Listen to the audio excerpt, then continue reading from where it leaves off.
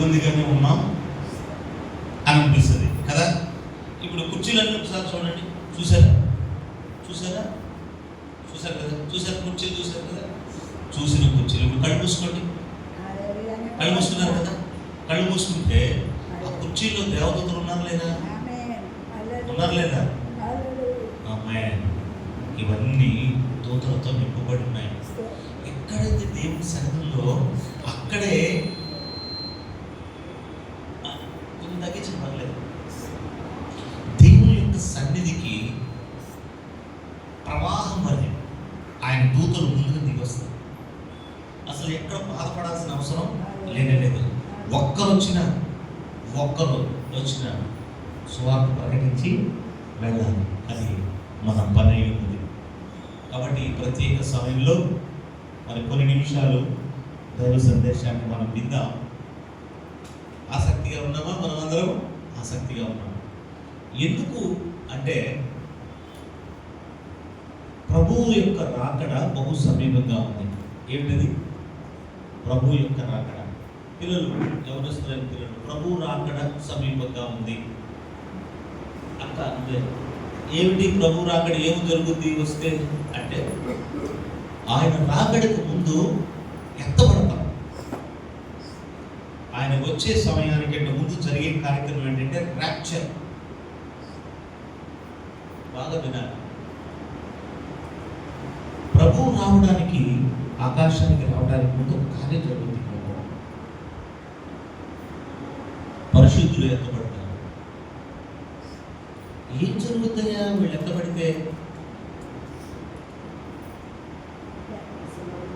శ్రమలు, మహాభయంకరమైన శ్రమలు ఏముంటాయి? చాలా మంది కనపడు. ఇక్కడ మనం ఉన్నామా? ప్రభుకి ఇష్టమైన వాళ్ళు, పరిశుద్ధంగా ఉన్నవాళ్ళు, దేవుడికి ఇష్టంగా బ్రతికేటోళ్ళు, దేవుడు కోరుకున్న రీతిగా బ్రతికేటోళ్ళు, వాళ్ళంతా ఎత్తబడతారు. మలినంతో ఉండిపోయిన, పాపంతో ఉండిపోయిన, దోషంతో ఉండిపోయిన, వేషధారణతో ఉండిపోయిన వారు విడవబడతారు. అక్కడ 7 ఏళ్ల విందు, ఇక్కడ 7 ఏళ్ల శ్రమ. ఈ శ్రమలు ఎలా ఉంటాయో చెప్తా. ఇప్పుడు గాలి పీల్చుకుంటున్నాగా, మనం పీల్చుకుంటున్నామా? గాలి పీల్చుకుంటున్నాం. ఇక అప్పుడు నువ్వు గాలి కొనుక్కోవాలి. ఏం చేయాలి? గాలి కొనుక్కోవాలి. గాలి కొనుక్కోవటం ఏమిటి? ఆక్సిజన్ బూతులు ఉంటాయి. పాల బూతులు ఇప్పుడు ఎలా ఉన్నాయా? టెలిఫోన్ బూతులు ఉంటాయి ఇదివరకు. మీకు అర్థమవుతుందని నేను చెప్పేది. గాలి ఇప్పుడు ఎలా పీల్చుకుంటున్నారు? ఇక్కడ ఫ్రీగా కదా. అందరూ ఒకసారి గాలి పీల్చుకోండి. పీల్చుకున్నారా? దేవునికి స్తోత్రం. ఏంటి అయ్యగారు గాలి పీల్చు, మళ్ళీ పీల్చుకోండి. ఇచ్చిన గాలిని బట్టి దేవునికి మహిమ కలుగును గాక. మనకి కొంత నవ్వుగా అనిపించవచ్చు, కానీ ఇదే వాస్తవం. ఇక అప్పుడు గాలి ఉండదు, బూతులు ఉంటాయి. ఏం బూతులు ఉంటాయి? ఆక్సిజన్ బూతులు. ఈ ఆక్సిజన్ బూతుల్లోకి వెళ్ళి 10 నిమిషాలకి డబ్బులు పే చేసి ఈ గాలి పీల్చుకోవాలి. నువ్వు బతకాలంటే బతికే ఉంటావు, కావాలనుకుంటే సాగు అనుకోగానే బతికే ఉంటావు, కానీ భయంకరమైనటువంటి నొప్పులు, శ్రమలు అనుభవించు, వేదన ఉంటావు. నీ శరీరంలో ఒక ఎలక్ట్రానిక్ గ్యాడ్జెట్ దింపుతారు. నువ్వు దింపించుకుంటేనే అది స్కాన్ చేయాలి. అది స్కాన్ చేస్తేనే నీకు రేషన్ సెన్సర్, అది స్కాన్ చేసుకుంటేనే మెడిసిన్, అది స్కాన్ చేసుకుంటేనే ఆహారం అనేది ఇప్పుడు తినేలాగా ప్లేట్ నిండా పెట్టుకొని కడుపు నిండా భోంచేయడం కార్యక్రమాలు ఏమి ఉండవు. అప్పటికే భూమి సగానికి పైగా నాశనం అయిపోయి ఉంటుంది, ఆహారం దొరకదు. గవర్నమెంట్ వాళ్ళు ఇచ్చే రేషను స్కాన్ చేస్తేనే ఇంకా అందించబడుతుంది. అంటే ఎంత భయానకమైనటువంటి దుర్దినాలు రాబోతున్నాయి. ప్రతిరోజు చూడండి, జపాన్లో అసలు ప్రజలు జపాన్లో ఉండటానికే భయపడిపోయారు. రోజుకి 1000 భూ ప్రకంపనలు, ఒకటి కాదు రెండు కాదు. ప్రపంచం ఎటు వెళుతుందో, ఏమైపోతుందో ఒక తెలియని పరిస్థితిలోకి వెళ్ళిపోయింది. బ్రదర్ వింటున్నారా?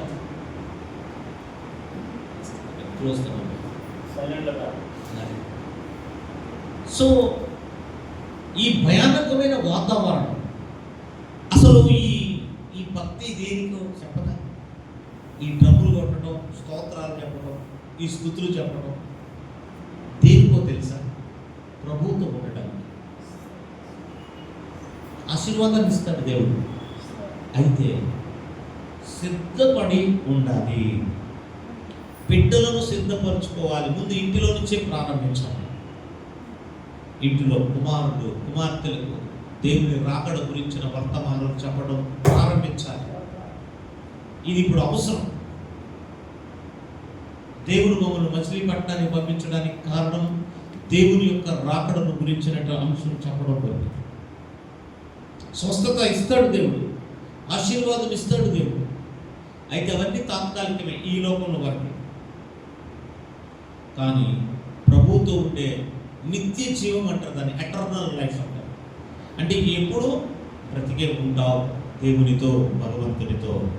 దాని కొరకు ఏం చేయాలయ్యా? ఈ లోకంలో యథార్థతతోను, సత్యముతోను, ప్రేమతో, దేవుని ఆత్మతో జీవించాలి. 4 ఏమిటది? యథార్థత, సత్యం, దేవుని ప్రేమ, దేవుని యొక్క ఆత్మశక్తి. ఈ 4 గనక లేకపోతే ఆయన దగ్గరకు మనము చేర్చబడలేము. ఇది కొంతకాలమే, మనందరికీ తెలుసు. ఈ లోకంలో ఎవరూ మనము కలకాలం జీవించి ఉండలేము. ఎన్ని కోట్ల రూపాయలు సంపాదించినా మనం బ్రతకం. ఇది వాస్తవం, ఇది సత్యం. దీన్ని గుర్తుపెట్టుకొని ఆధ్యాత్మికంగా భగవంతునికి దగ్గర అవ్వడానికి ఒక బలమైన ప్రయత్నం చేయాలి. దేవునితో కలిసి ఉండడానికి ఒక ప్రయత్నం చేయాలి. ప్రతినిత్యం ఆయన ధ్యానం చేస్తూ ఒక సహవాసంలో మనము గడపాల్సిన అవసరం ఉంది. ఈ అంత్య దినాల్లో జరిగే విషయం చెప్తా. అపవాది మోసం చేస్తాడు రకరకాల బోధలతో. ఏం బోధలు ఉంటాయి? ఆశీర్వాదం పొందుకోండి, దీవెన పొందుకోండి. నేను అంటాను, ఆశీర్వాదము దీవెన కంటే ముందుగా ఆయన నీతిని, ఆయన రాజ్యాన్ని, ఆయన రాకడను జ్ఞాపకం చేసుకోండి. చాలా విభిన్నమైన పరిస్థితుల్లో ప్రపంచం ముందుకెళ్తా ఉంది. మీరు గమనిస్తున్నారు లేదు? అంటే బాగా వార్తలు చూసే వారికి వాళ్ళకి అర్థమవుతుంది. భౌగోళిక పరిస్థితులు మారిపోతూ ఉన్నాయి, వాతావరణ పరిస్థితులు అసలు ఈరోజు ఎంత ఎండగా ఉంది. ఇది వర్షాలు పడే కాలం, అవునా? ఈరోజు ఎంత ఎండ ఉంది? బండి మీద వచ్చిన మీకు తెలుసు, చాలా భయానకమైనటువంటి వాతావరణం ఈరోజు. ఏమో తెలియదు, సాయంకాలం పడితే పడవచ్చు, దేవుని స్తోత్రం, పడును గాక. ఎందుకంటే నాట్లు వేసుకుంటున్నారు, చక్కగా మొక్క మొలవాలి, అందరికీ శ్రేష్టంగా బ్రతికినాడు సమృద్ధి ఆహారం కావాలి, రాష్ట్రం దేశం సుభిక్షంగా ఉండాలని మనం కోరుకుంటాం, మనం ప్రార్థన చేస్తాం. కానీ పరిస్థితులు అలా లేవు. వ్యక్తిగతమైన పరిశుద్ధత, వ్యక్తిగతంగా సిద్ధపడేటువంటి అవసరం ఎంతైనా ఉంది ఇప్పుడున్న కాలంలో. అయ్యారు మీరు చెప్తున్నటువంటి ఆ దేవుడు ఎప్పుడు వస్తాడు, ఎప్పుడు ఎత్తబడతారంటే ఎప్పుడు ఎత్తబడతాం మనం చెప్పలేము. Predictions, no predictions on that. కానీ రాయబడి ఉన్నాయి. ఈ కాలాలు జరుగుతున్నప్పుడు, ఈ సంగతులు జరుగుతున్నప్పుడు ఇవి సంభవిస్తాయి. ఇప్పటికే బాగా టెక్నాలజీ డెవలప్ అయిన దేశాలలో చిప్ ఇంప్లాంటేషన్ చేసేస్తున్నారు. అంటే సోషల్ సెక్యూరిటీ, నువ్వు ఎక్కడున్నా తెలిసిపోద్ది. GPS కనెక్ట్ అయ్యి ఉంటావు, నువ్వు ఎక్కడ దాక్కున్నా నువ్వు కనపడతావు, నువ్వు ఎక్కడికి వెళ్ళినా కనపడతావు. ఇదివరకు ఒక మనిషిని వెతకాలంటే చాలా కష్టపడాల్సి వచ్చేది. ఇప్పుడంతా మొబైల్ సిస్టమ్ వచ్చేసింది. ఎక్కడ మనుషున్నా 2-3 రోజులు ట్రేస్ చేసి పట్టుకుంటున్నారు. ఈ పరిస్థితులన్నీ, కాలం మారుతూ ఉంది, పరిస్థితులు మారుతూ ఉన్నాయి, భౌగోళిక పరిస్థితులు మారుతున్నాయి. కానీ మానవ జీవితం మాత్రం మారడంలా. ఇది పెద్ద ప్రశ్నగా మిగిలిపోయింది. అందుకే దేవుడు సంఖ్యాకాండం 8వ అధ్యాయంలో కొన్ని మాటలు రాయించి ఉంచాడు. చూడండి.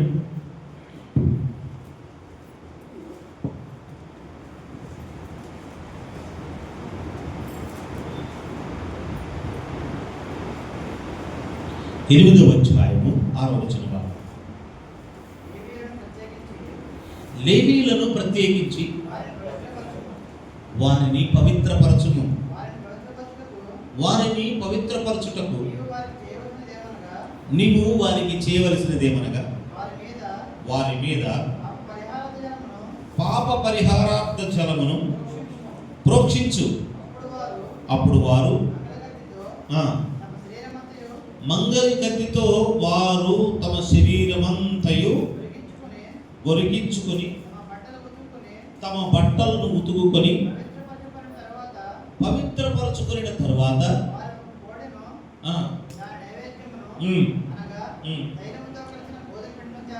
ఓకే. ఇప్పుడు చూడండి, లేవీయుడు అనగా హత్తుకొనువాడు. ఎవరు? లేవి అనగా హత్తుకొనుంటారు. ఎవరిని హత్తుకొని ఉన్నాడు? దేవుణ్ణి హత్తుకొని ఉన్నాడు, భగవంతుడిని హత్తుకొని ఉన్నాడు. ఇప్పుడు వీళ్ళు ఎలా పవిత్రపరచబడాలట? శుద్ధ జలం వారి మీద నువ్వు వేయాలి, ఒకటి. రెండోది, మంగలి కత్తితో ఏం చేయాలి? ఏం చేయాలి? క్షవరం చేయించుకోవాలి. అక్కడ బాగా స్వచ్ఛమైన తెలుగులో రాయబడింది, గొరికించుకోవాలి. అంటే ఏంటి? షేవింగ్. ఏమంటే అంటే షేవింగ్ చేసేవాడు తెలుసు. పైన మామూలు షేవింగ్ చేస్తే బాగుంటుంది, కొంచెం గట్టిగా షేవింగ్ చేసేవాడికి ఇవంతా నొప్పి, మంట వస్తుంది కదా. మూడోది, వస్త్రములను ఉతుక్కోవాలి. ఈ 3 అంశాలు, ఈ 3 భాగాలు దేవుణ్ణి హత్తుకోవడానికి సిద్ధపడిన వాడు చేయవలసినటువంటి పనులు. లేవీయులు మనం, యాజకులు ఎవరు? మనం ఎట్లా యాజకులు అయ్యా? మీరు కదా వాక్యం చెప్పి కాదు. నూతన నిబంధన గ్రంథములో క్రీస్తు రక్తము చేత కడగబడిన ప్రతి వాడు యాజకుడే. హల్లెలూయా. మిమ్మల్ని రాజులైన యాజకులుగా నేను పిలుచుకున్నాను, ప్రతిష్ఠిత జనముగా నేను పిలిచాను, నాకు సొత్తైన ప్రజలుగా నేను మిమ్మల్ని పిలుచుకున్నాను. కాబట్టి ఈ హత్తుకునేది తప్పనిసరిగా హత్తుకునేవాడు ఎలా ఉండాలి అంటూ మోషేకు దేవుడు తెలియపరుస్తూ, మోషే, దేవుని హత్తుకునేవాడు ఎలా ఉండాలో తెలుసా? వాడు పవిత్ర జలముతో శుద్ధీకరించబడాలి. అంటే ప్రభువును కలుసుకోవాలి అంటే, ప్రభువును హత్తుకోవాలంటే పరిశుద్ధపరచబడాలి, శుద్ధీకరించబడాలి. ఎంతసేపు దీవెన ఆశీర్వాదం, దీవెన ఆశీర్వాదం, దీవెన ఆశీర్వాదం. నువ్వు శుద్ధీకరించబడితే అదే వస్తుంది. ఈరోజు ఎందుకో నాకు తెలియదు, నేను ఇంకా ఎన్ని సంవత్సరాలు ఈ యేసు పిలుస్తున్నాడు పరిచర్యలో నేను పనిచేస్తానో నాకైతే తెలియదు, కానీ ప్రభువు రాకడ మాత్రం చాలా ఖాయం. ప్రభు యేసు ఆగమనం అది దేవుని ఆధీనం, అతి త్వరలో సంభవము అది క్రీస్తు సంగమం. ప్రభు యేసు ఆగమనం. మోగును కడబూర ధ్వని, మేఘవాహనుడే మన యేసు వేగముగా రానున్నాడు. జాగు చేయక సిద్ధపడు, సిద్ధపడు, సిద్ధపడు. ప్రభు యేసు ఆగమనం.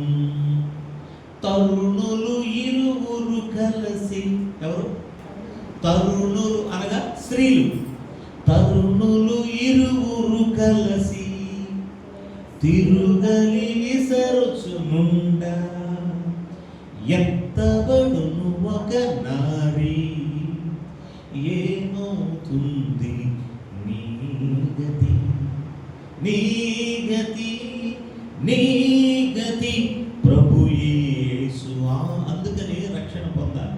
యేసు ప్రభు నీ దేవుడని నీ నోటితో ఒప్పుకొని నేనలా నీవు రక్షించబడగలవు.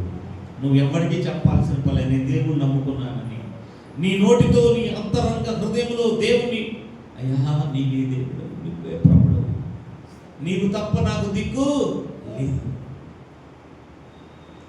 ఈ లోకంలో సత్యంతో బ్రతకడం కష్టం, యథార్థంగా బ్రతకడం కష్టం, పరిశుద్ధతో బ్రతకడం కష్టం అని అనుకుంటాం. కానీ బ్రతికి చూడు. ఏమండి, నేను అనుకుంటా నాకు కారు నడపడం రాదు, కారు నడపాలి అని నేను అనుకుంటా. బాగా అర్థం చేసుకోండి. కారు నడపాలని అనుకుంటాను, కారు నడపడం రాదు. నేనేం చేస్తా? ఒకేసారి కారు సీట్లో కూర్చొని స్టీరింగ్ తిప్పేసి యాక్సిలేటర్ నొక్కేస్తే కారు వచ్చేద్దా? నాకు రాదు. ముందుగా కారు గురించి తెలుసుకుంటా, ఎటువైపు నుంచి ఎక్కాలి, సీట్లో ఎలా కూర్చోవాలి, ఎక్కడ బ్రేక్ ఉంది, ఎక్కడ యాక్సిలేటర్ ఉంది, ఎక్కడ క్లచ్ ఉందో చూస్తాను.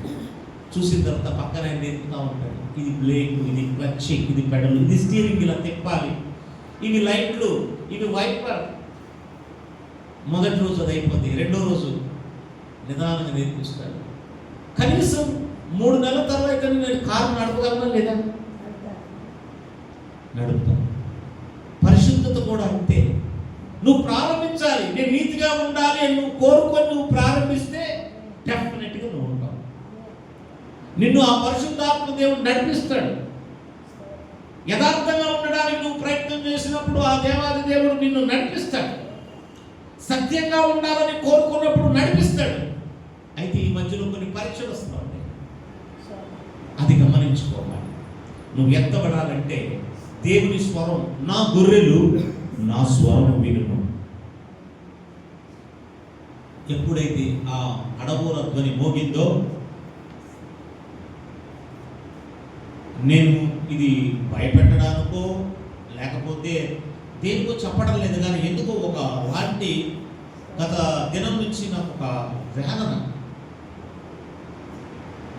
ప్రభు రాకడ సమీపంగా ఉంది. ప్రభు రాకడ మీకు చెప్తున్నాను కదా, ఆక్సిజన్ కూడా కొనుక్కొని పీల్చుకోవాల్సిన అవసరం. 2020వ సంవత్సరం మార్చి, ఏప్రిల్, మే నెలలో మీకు తెలిస్తే, మీకు గుర్తుంటే సిలిండర్లు కొనుక్కున్నారు. గ్యాస్ సిలిండర్లు, ఆక్సిజన్ సిలిండర్లు ఆల్రెడీ ఒకసారి చూసేసాం. ఈసారి అలా ఉండదు. ఎలా ఉంటుందంటే, నీ దగ్గర ముద్ర ఉంటేనే నీకు ఆక్సిజన్, నీకు ముద్ర ఉంటేనే నీకు ఫుడ్, నీకు ముద్ర ఉంటేనే నీకు మెడిసిన్, నీ పిల్లల చదువులు, నీ బ్యాంక్ ట్రాన్సాక్షన్స్, నువ్వు అసలు చాలా భయానకమైన పరిస్థితి. అది చూడకుండా ఉండాలి అంటే ప్రభు రాకడ నువ్వు ఎత్తబడి పరిశుద్ధతతో ప్రయత్నం చేయండి. దేవా, నువ్వు నాకేది ఇచ్చినా అది దీవెని. అయితే నీ దేవుడు ఎటువంటి వాడు తెలుసా? ఆయన్ని నువ్వు హత్తుకోవడానికి ముందుగా నువ్వు ఎలా ఉండాలట? మలినంతో ఉండడానికి. ఏమంటే ఒక తండ్రిని పిల్లోడు బాగా బురదలో మట్టిలో బాగా ఆడేసి వచ్చి, ఇక అయ్యగారు ఆఫీస్కి వెళ్ళాలి, తండ్రి నాన్నగారు డ్యూటీకి వెళ్ళాలి. ఆ పిల్లోడు పరిగెత్తుకుంటూ వస్తే వాడు పిల్లోడైనా ఏం చేస్తాడు? డాడీ వైట్ ఆగరా ఆపుతాడా లేదా? మరి కన్న కొడుకేగా.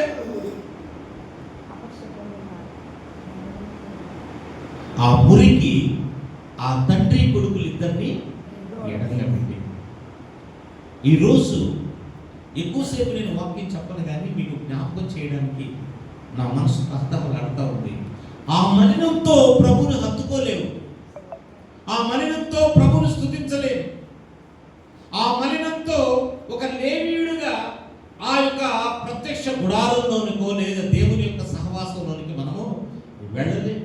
ఇది వాస్తవం. సంఘానికి బోధించడం సంఘాలు పశ్చాత్తాపం గురించి మాట్లాడడం లేదు, సంఘాలు పాపం గురించి మాట్లాడడం లేదు, సంఘాలు దేవుని రాకడ కొరకు వ్యక్తులను సిద్ధపరచడం లేదు. చాలా సంఘాలు, నేను అందరినీ అనుకున్నాను.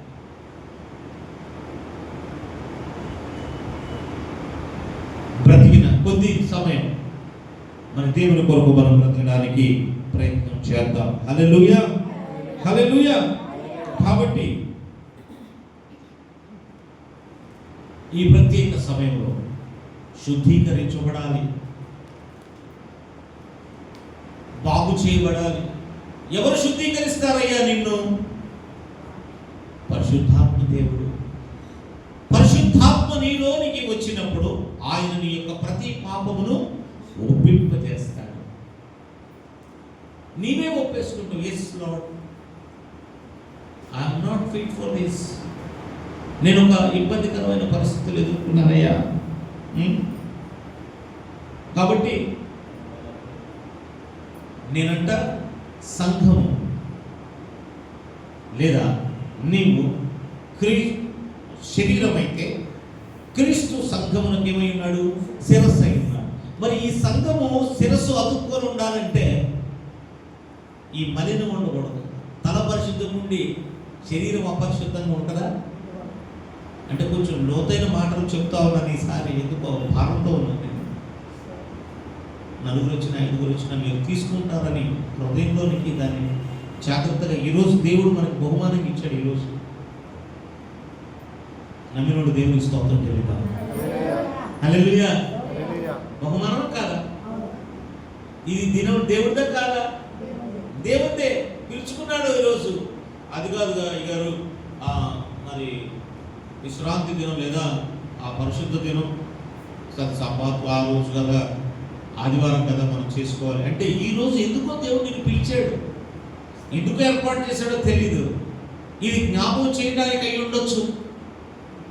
వచ్చే నెల నేను రావచ్చు, రాకపోవచ్చు, ఉండొచ్చు, ఉండకపోవచ్చు. కానీ ప్రకటించిన వాక్యం మాత్రం మీ గుండెల్లో శబ్ద తరంగాలై ఇక్కడే ఉంటుంది, ఎక్కడికి వెళ్తుంది? Recorded, it nevers goes. కాబట్టి ప్రియదేవుని బిడ్డలారా, మరి తప్పనిసరిగా ప్రక్షాళన జరగాలి, శుద్ధీకరించబడాలి భగవంతుని కొరకు. అది తీర్మానంగా మార్చబడాలి. నేను నా యేసయ్య కొరకు నేను నీతిగా ఉంటా. ఈ లోకంలో నాకు డబ్బులున్నా లేకపోయినా, నేను ధనం సంపాదించినా సంపాదించకపోయినా భగవంతునితో నా ప్రయాణం ఆనందకరం అనేటువంటి ఒక ఆలోచన ధోరణి మానవునికి అవసరం. అది చాలా చోట్ల కోల్పోతా ఉన్నారు, తెలిసి తెలియక. ఏదో ఒక వాక్యాన్ని చెప్పి ప్రజలను అపవాది పక్కదారి పట్టిస్తూ ఉంది.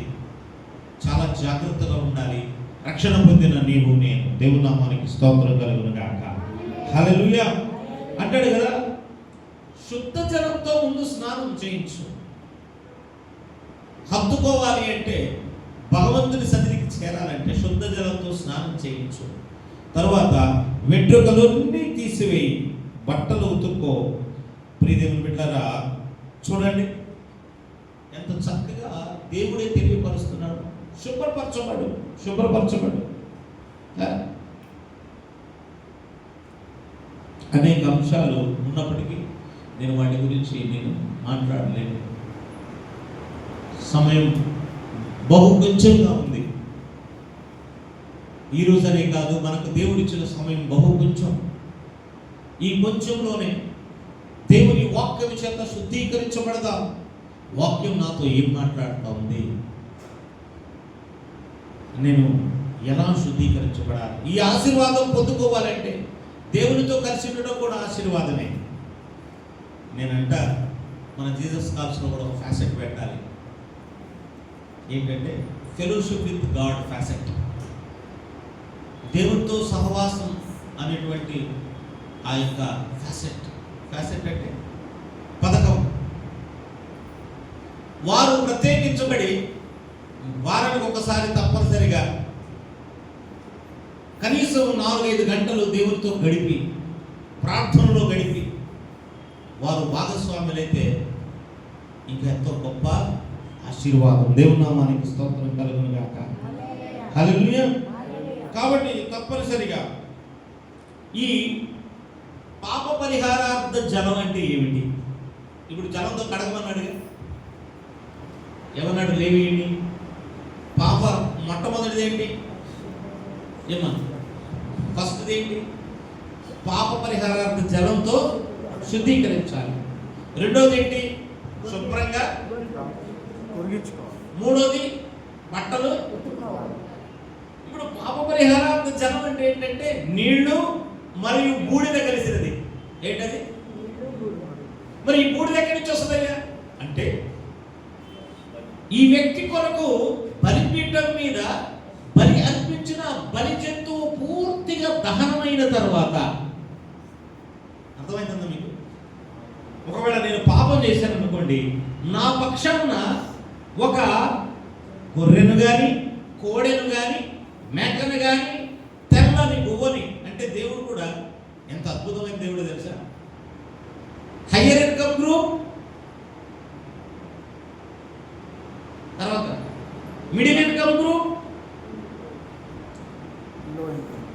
లోయర్ ఇన్కమ్ గ్రూప్, ఇంకోటి కూడా ఉంది బిలో పావర్టీ లైన్. 4 సెగ్మెంట్స్. ఆగ్రహం అనుకోండి, కోడిని వధిస్తుంది.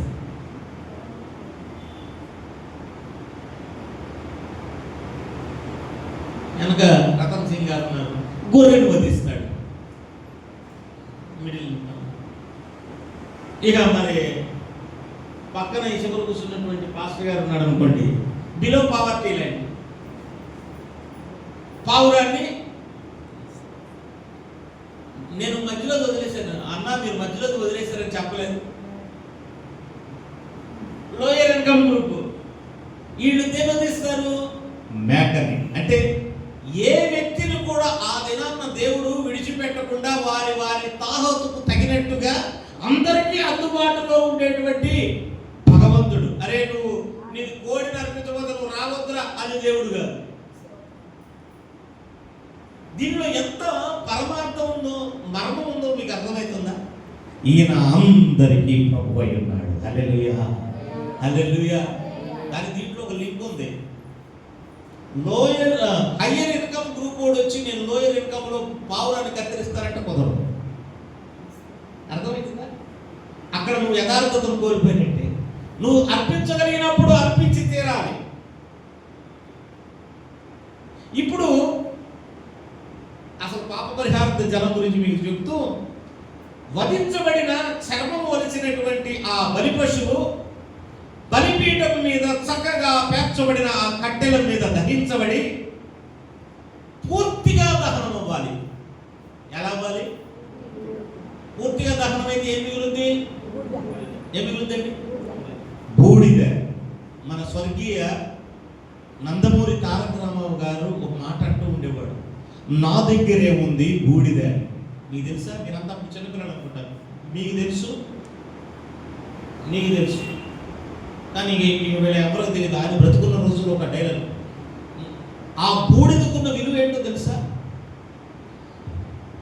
ఒక వ్యక్తి బూడిదగా మార్చబడితేనే తప్ప, ఒక క్రైస్తవుడు బూడిదగా మార్చబడితేనే తప్ప వాడు పాళెములోనికి తీసుకుని పోబడదు.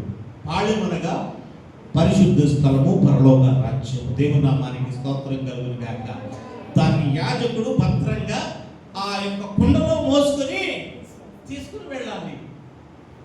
ఇప్పుడు నా కొరకు అర్పించబడిన ఆ బలి పశువు పూర్తిగా కాల్చబడిన తర్వాత యాజకుడు ఈ యొక్క బూడిదను నీళ్లను కలిపి ఏ వ్యక్తి కొరకైతే పాప క్షమాపణ, ప్రక్షాళన, శుద్ధీకరణ చేయాలో ఆ వ్యక్తి మీద చల్లేవారు. దేవునామానికి స్తోత్రం కలుగును గాక. ఎంత అద్భుతం! ఇంకా అనేక అంశాలు ఉన్నాయి దాంట్లో, ఆధ్యాత్మిక మర్మాలు. శుద్ధీకరణలో కాల్చబడే అంశం కూడా ఉంటుంది. తనకు తాను దహించబడాలి, అహం దహించబడాలి, గర్వం దహించబడాలి, స్వార్థం కాల్చబడాలి, నేను అన్న తత్వం కాల్చబడాలి, ఆధ్యాత్మిక గర్వం కాల్చబడాలి, పరిపూర్ణ విధేయత వచ్చిన అప్పుడే పరిపూర్ణమైన శుద్ధీకరణ కార్యక్రమం జరుగుతుంది. ఈ దినాలలో క్రైస్తవత్వం ఒక వెర్రిగా, ఒక హాస్యాస్పదమైనటువంటి ఘటంగా మారిపోయింది. ఇది అద్భుతమైనటువంటి దైవికమైనటువంటి అనుసంధానం, దైవిక అనుసంధాన ప్రక్రియ. క్రైస్తవం భగవంతునితో కలిసి ఉండేటువంటి ప్రక్రియ క్రైస్తవం. ఇది మతం కానే కాదు, భగవంతునితో కలిసి నడిచేటువంటి ఒక అద్భుత ప్రయాణం. సత్యాన్ని భారమైన, యథార్థత కష్టమైన, నీతి అది వేగమైన, దానిని ధరించుకొని ముందుకు వెళ్ళే తత్వం ఇది పూర్తిగా మర్చిపోయారు. ఈ దినాన్న ఎందుకో కొంత భారంతో ఉన్నాను నేను, నాకు తెలియడం లేదు. దేవుడు మరలా మీకు జ్ఞాపకం చేయాలి, మనమందరం సిద్ధపడాలి. వాక్యం బోధించే నేను సిద్ధపడాలి, వాక్యం వింటున్న మీరు సిద్ధపడాలి. దేవుని నామానికి స్తోత్రం కలుగును గాక. హల్లెలూయా. ఆ నీతి సూర్యుడైనటువంటి భగవంతునితో మనము కలిసి ముందుకు వెళ్ళవలసిన అవసరం ఉంది. హల్లెలూయా, హల్లెలూయా. కాబట్టి ప్రియ బిడ్డలారా, ఈ ప్రత్యేక సమయంలో ఆ పాప పరిహారార్థపు జలంతో నీవు మరి శుద్ధీకరించబడాలి. రెండవది,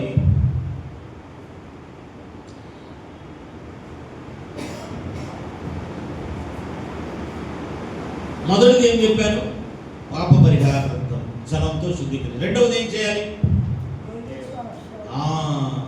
ఫస్ట్ టైం నువ్వు షేవింగ్ చేస్తున్నప్పుడు బాగానే ఉంటుంది.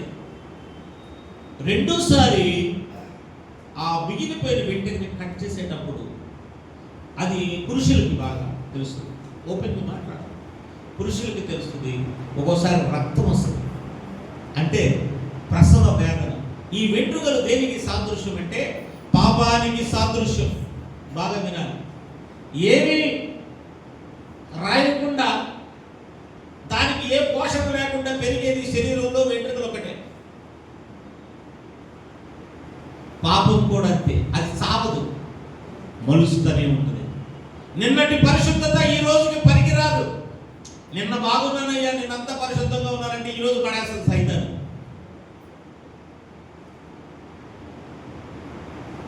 నిన్నటి ప్రార్థన ఈ రోజు పనికిరాదు. నిన్నటి ఆహారం నీకు నిన్నటి వరకే సరిపోతుంది.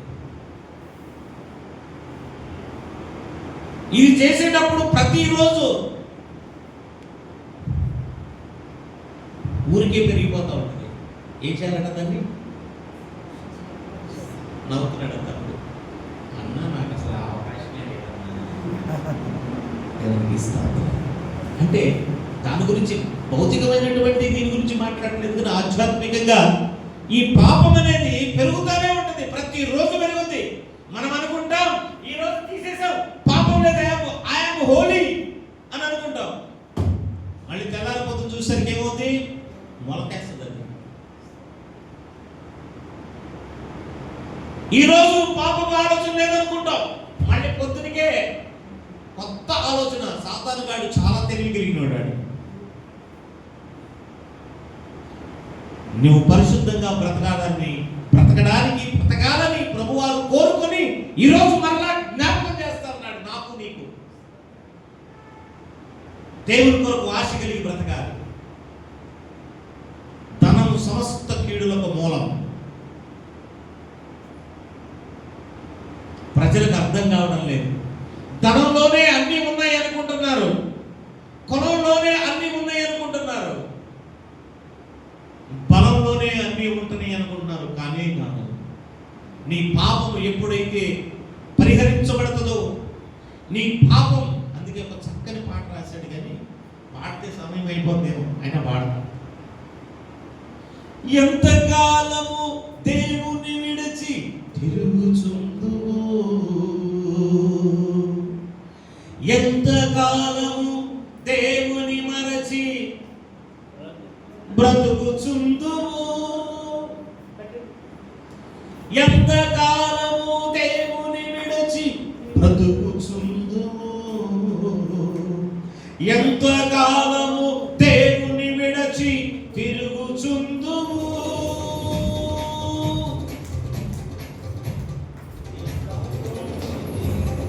కొంచెం ఆహారం కావాలి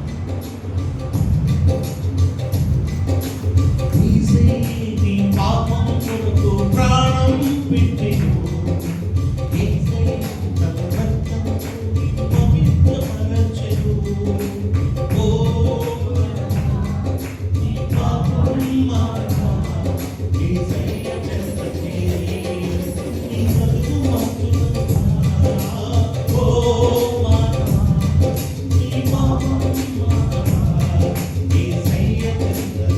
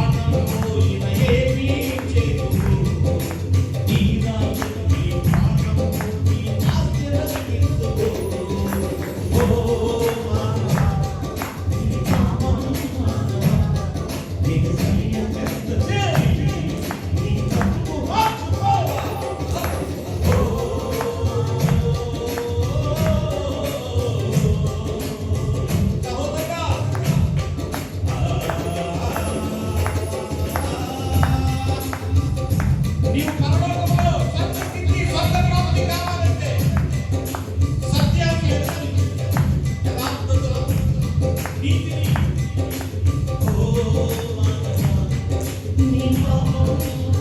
ఇతరులను ప్రేమించడం మానే ఇతరులను పోల్చుకోవడం మానే నీకున్న దాన్ని బట్టి నువ్వు గర్వించకు నీ స్థానం శివరాగని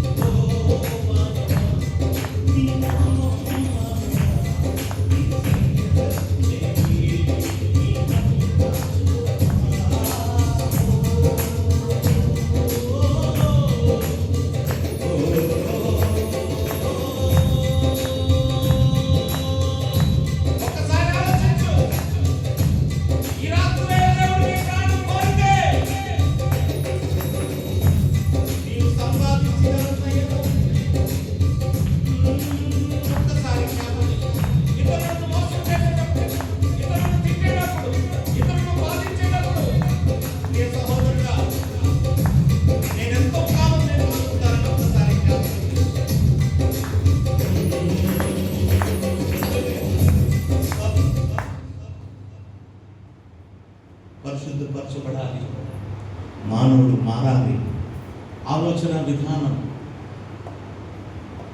దేవునికి భగవంతునికి ఇష్టంగా ఉండాలి. ఏదో నువ్వు ఒక కొబ్బరికాయ ఇస్తున్నావు, దేవుడికి డబ్బులు దానంగా చేస్తాను, నువ్వు పరిశుద్ధుడు అయిపో. ఈరోజు దేవుడు సూటిగా మాట్లాడుతున్న విషయం ఏమిటో తెలుసా? జనము శుద్ధీకరించబడాలి. ఈ పాపము ప్రతి దినము నువ్వు పరిశుద్ధపరచుకోవాలి. కష్టమే, ఒక్కోసారి చర్మం తెగిపోద్ది, అయినా పర్వాలేదు దేవా. లేవీయుడు అంటాడు కదా, హత్తుకునేవాడు, భగవంతుని హత్తుకునేవాడు ప్రతి దినం. ఈ రోజుల్లో అంటే జిల్లెట్లు వచ్చినాయి. ఏ లెట్లు? మా పాస్టర్ గారు అంటాడు, జిల్లెట్ 3 మ్యాట్ 3 దాంతో చేసుకుంటే ఎంత స్మూత్గా ఉంటుందో పాస్టర్ గారు, డిమార్ట్లో కొనుక్కో అన్నాడు. ఆ దినాల్లో జిల్లెట్ మార్క్ 3 ఎక్కడ ఉంది? కత్తి కోస్తా ఉంటే గురు కూడా లేదు, స్మూత్ షేవం లేదు, చర్మం లేసి. ఆ దినాల్లో అంటే ఎంత పాపాన్ని కంట్రోల్ చేసుకోవడం ఎంత కష్టం. అయినా భగవంతుడు హత్తుకోవాలంటే ఇది చేసి తీరాల్సిందే.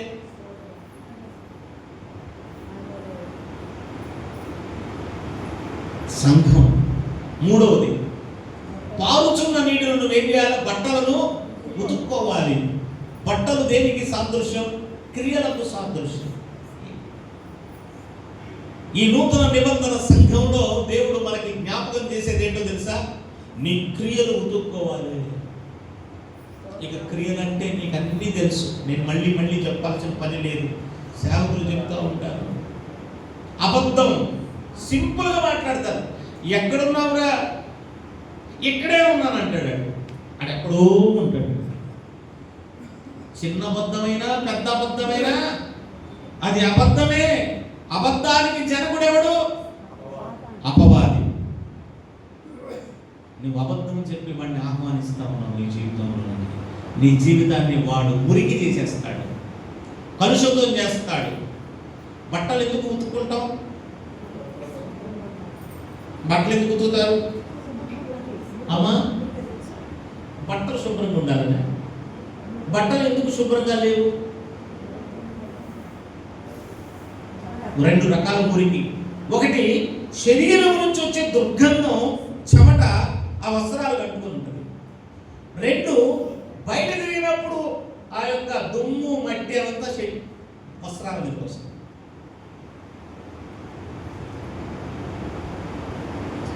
దావీదు అంటాడు, నా మూర్ఖత వలన కలిగినటువంటి ఆ దుర్గంధం వాసన కొట్టుతుంది. దావీదు దుర్గంధం మీకు తెలుసు కదా,